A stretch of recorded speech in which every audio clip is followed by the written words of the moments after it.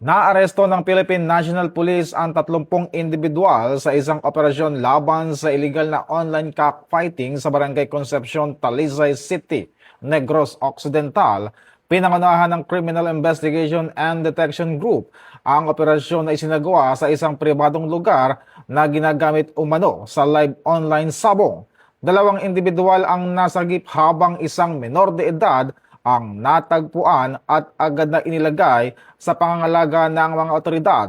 Na-recover sa lugar ang iba't ibang kagamitan para sa live streaming, communication devices at mga parapernalya na ginagamit sa online sabong.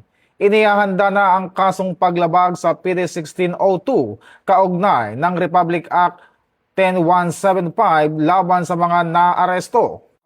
Kasama na rin ang hiwalay na reklamo para sa trafficking in person laban sa ilang sangkot, kabilang ang isang dismissed police officer. Ayon kay PNP Chief Police General Jose Melencio Nartates Jr., patunay ang operasyon ng matibay na paninindigan ng PNP laban sa iligal na sugal. Patuloy naman ang follow-up operation ng pulisya upang matukoy ang iba pang sangkot bilang bahagi ng pinaigting na kampanya laban sa illegal gambling network. Ito ang bagong PNP para sa bagong Pilipinas, serbisyong mabilis, tapat at nararamdaman.